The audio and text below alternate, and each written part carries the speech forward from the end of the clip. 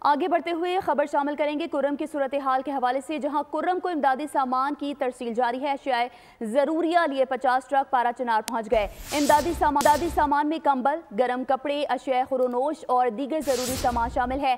Deputy commissioner Kurram Ashfaq Khan का कहना है कि काफिले का अमन से पारा चनार पहुंचना खुशाइंद है। कोहाट में होने वाले अमन मुआहदे के 14 निकात पर अमल दरामद को यकीनी बनाया जाएगा।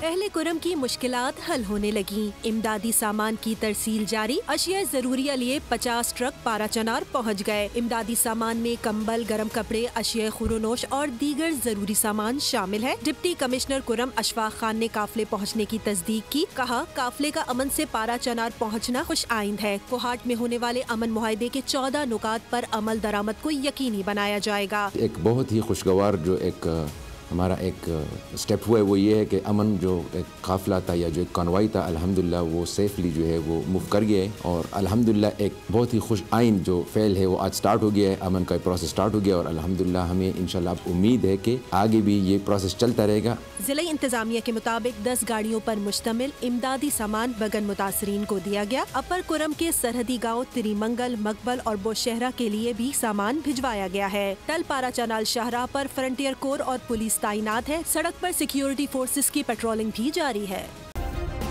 सब्सक्राइब करें और बेल दबाएं ताकि कोई खबर रह न जाए।